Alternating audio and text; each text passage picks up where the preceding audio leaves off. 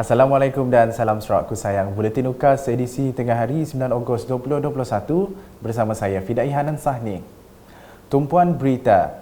Rakyat di Perlis, Sarawak dan wilayah Persekutuan Labuan diingat untuk tidak merasa selesa meskipun telah melangkah ke fasa 3 Pelan Pemulihan Negara PPN. Perdana Menteri Tan Sri Muhyiddin Yassin menegaskan ia susulan daripada cabaran varian Delta yang menunjukkan penularan jangkitan jauh lebih pantas dari varian-varian awal setahun lalu.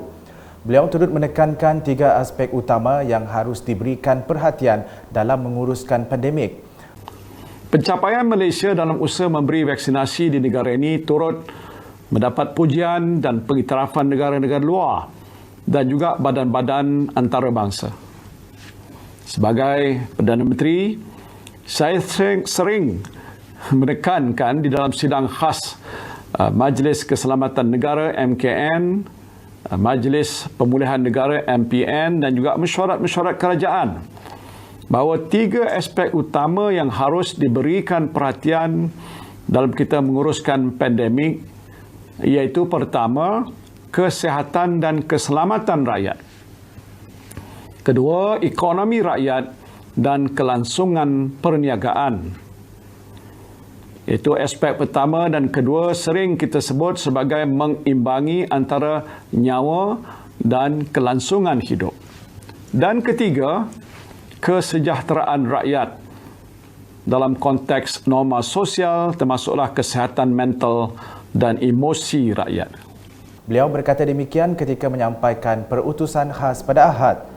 Tan Sri Muhyiddin menambah bagi memastikan suntikan vaksinasi diberikan secepat dan sebanyak mungkin, kerajaan telah menggerakkan seluruh jentera kerajaan dan bekerjasama dengan pihak swasta serta badan bukan kerajaan dalam satu pendekatan whole of nation.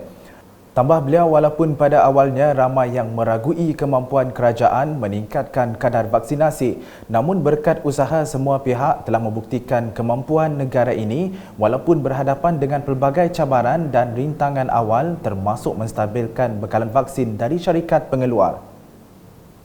Berita seterusnya, Kerajaan Sarawak akan memberi penekanan kepada pembinaan jaringan jalan raya di kawasan luar bandar dalam rancangan Malaysia ke-12 RMK12. Timbalan Ketua Menteri Tan Sri Dato' Ahmad Dr. James Jemut Masing berkata ia adalah asas kepada pembangunan infrastruktur terutamanya di luar bandar. Our focus, which the government of Sarawak is focusing to, for RMK12, focus will be on infrastructure. And the infrastructure will be into rural area dulu. I think for the next 5 years, that's where the focus will be. Focus infrastructure development into rural areas. Kampung, long houses and resettlement will be connected. Because without connectivity, there will be no development. Sementara itu, adun balik itu menambah Kapit kini telah dihubungkan setelah jalan dari Sibu dibina. Kerana dulu Kapit was inaccessible. Kita tahu dulu Kapit was an island, within an island of Borneo. Tapi sekarang okey, kena connectivity sudah dari first kita dari Sibu pergi Kenawit, Song Kapit, that was the last mile. Song dengan Kapit, now we are connected. Beliau menambah jalan tersebut telah menjadi pembangkit kepada pembangunan di Kapit. Selain itu, katanya jaringan telekomunikasi di kawasan itu akan turut dinaik taraf bagi memudahkan penduduk menikmati akses internet dengan lebih mudah.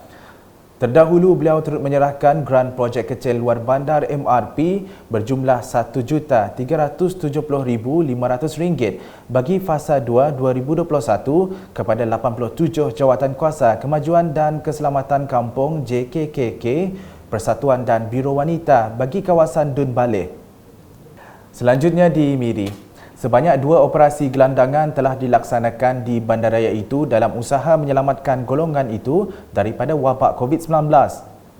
Menteri Bertanggungjawab Jawatan Kuasa Pengurusan Bencana Bahagian JPBB Miri, Datuk Lee Kim Shin berkata, gelandangan yang diselamatkan telah ditempatkan di Pusat Penempatan Sementara PPS dan dijalankan ujian calitan COVID-19 sebelum diberikan suntikan vaksin. Kita sudah melaksanakan 2 kali iaitu exercise untuk dilibatkan gelandangan di Bandar Raya Diri.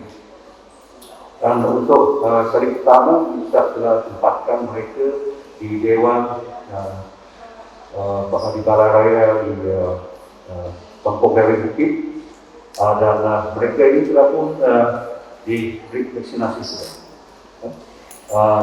Dan baru-baru ini kita menyiapkan satu lagi exercise untuk kita menempatkan gelandangan yang masih berada di Bandar Raya Diri. Dan kali ini kita tempatkannya di Balai Raya Ujung Tanjung Batu. Beliau berkata demikian dalam sidang media selepas mengadakan lawatan ke program vaksinasi komuniti gelandangan bahagian Miri dan cadangan tempat transit gelandangan TTG dan Pusat Sokongan Sosial Komuniti Miri pada Ahad. Datuk Lee yang juga Menteri Pengangkutan Sarawak turut mencadangkan kepada Kementerian Kebajikan Kesejahteraan Komuniti Wanita Keluarga dan Pembangunan Kanak-kanak dua langkah jangka pendek dan jangka panjang dalam usaha menangani masalah gelandangan di Sarawak. Kita tidak mahu mereka balik ke jalan-jalan di kaki lima menjadi gelandangan. Untuk jangka masa pendek dan jangka masa panjang, saya mencanangkan supaya kita ada satu pusat khas untuk tempatkan ini gelandangan. Kalau siapa yang dapati tu lepas di jalan waktu malam, tidur di kedai di kaki lima dan sebagainya, kita harus tempatkannya di satu tempat, satu pusat di mana mereka boleh diberi latihan, pemahaman dan sebagainya, supaya mereka boleh mengadakan cara hidup yang normal lah. Dalam sidang media sama, Menteri Kebajikan Kesejahteraan Komuniti Wanita Keluarga dan Pembangunan Kanak-kanak, Datuk Seri Fatimah Abdullah memberitahu seramai 12,978 orang kelainan upaya OKU di Sarawak telah menerima dos pertama, manakala 8,442 disuntik dos kedua vaksin setakat 5 Ogos 2021.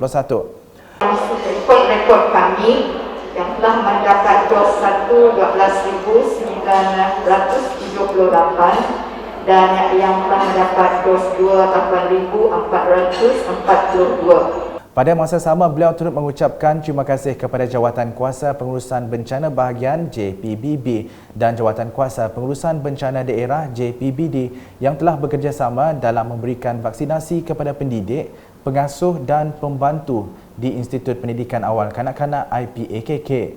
In terms of record for pengasuh dan pendidik, jadi pendidik dan pengasuh di Tadika dan Taska bilangan yang telah menerima dos 1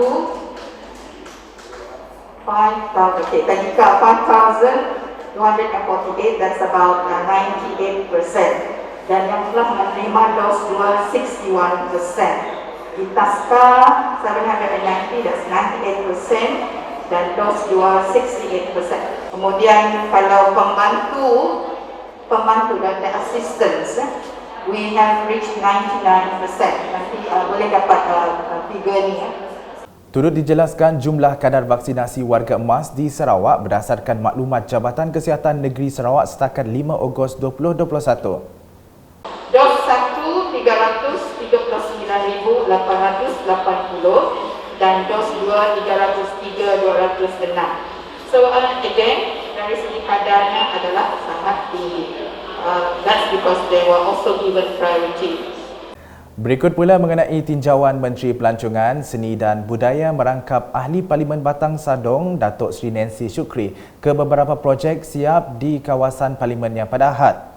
Antara projek tersebut ialah pembangunan Surau Sekolah Kebangsaan SK Samalatong di Ulu Simunjan yang bernilai RM20,000 di bawah peruntukan khas iaitu projek Mesra Rakyat PMR yang memanfaatkan seramai 50 murid sekolah berkenaan. Satu lagi projek siap yang dilawati Datuk Seri Nancy ialah pembangunan Dewan Kampung Sungai Semabang Gedong di bawah peruntukan PMR. Kampung Kepayang, di Kampung Kepayang. Untuk 3 buah rumah sebanyak 35 lebih, hampir 36,000 dah untuk 3 buah rumah. Jadi walaupun dalam keadaan mereka tengah kena ada kes COVID, jadi kita terpaksa berhati-hati, tetapi tugas dan perkhidmatan kita perlu dijalankan seperti biasa. Jadi Datuk Seri Nancy turut menyerahkan cek bagi projek kecil luar bandar iaitu program penambahbaikan Rumah Miskin Sarawak MRP PPRMS kepada Jawatankuasa Kemajuan dan Keselamatan Kampung JKKK Kepayang String. Untuk rekod, sebanyak 150 rumah di Dun Sadong Jaya, Simunjan dan gedung di bawah Parlimen Batang Sadong telah dibaik pulih sejak 2020. Sementara itu, seorang guru dan penduduk setempat yang ditemui merakamkan penghargaan kepada wakil rakyat mereka dan juga pihak kerajaan. Kalau dulu macam mana? Kalau nak bandingkan sekarang? Kalau nak dibandingkan dengan dulu dengan sekarang, dulu murid terpaksa bersesak di kelas biasa untuk kelas kafah dan juga kelas pendidikan Islam. Tapi sekarang kami dapat menambahkan lagi ruang untuk murid beragama Islam untuk kelas pendidikan Islam serta untuk kelas kafah pada waktu petang.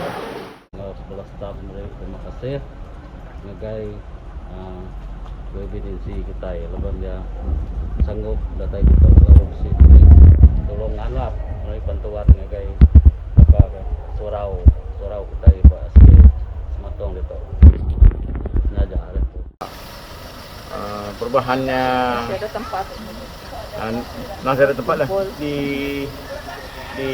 kota di rumah kumpul mula kirim seperti ada YB selalu datang masalah di rumah kumpul sudah fokus sebab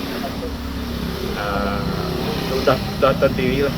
Cuma yang masalah tinggal elektrik belum mudah elektrik lah. Beralih ke laporan harian COVID-19. Jawatankuasa Pengurusan Bencana Negeri JPBN Sarawak dalam kenyataan medianya pada Ahad memaklumkan sebanyak 581 kes positif baharu telah dikesan di 24 daerah di Sarawak, menjadikan jumlah kumulatifnya kepada 81,328 kes.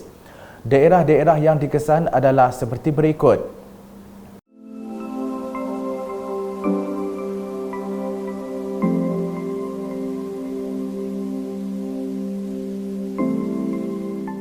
Sehubungan itu, daerah Telang Usan telah kembali ke status kuning setelah merekodkan 16 kes jangkitan tempatan dalam tempoh 14 hari. Kenyataan sama juga mengisytiharkan kewujudan 7 kluster baharu seperti tertera.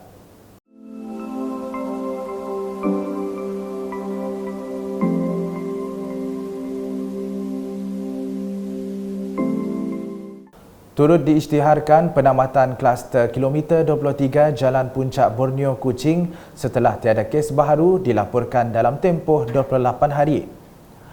Ini menjadikan jumlah yang masih aktif setakat ini adalah 89 kluster. Berikut merupakan lokasi yang diputuskan oleh JPBN Sarawak berhubung pengisytiharan dan penamatan Perintah Kawalan Pergerakan diperketatkan PKPD.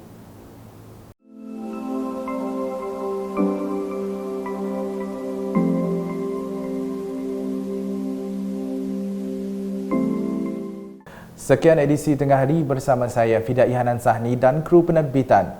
Berita lebih lanjut boleh didapati di semua platform media sosial UKAS termasuk portal ukas.sarawak.gov.my dan pastikan anda subscribe UKAS Channel di YouTube.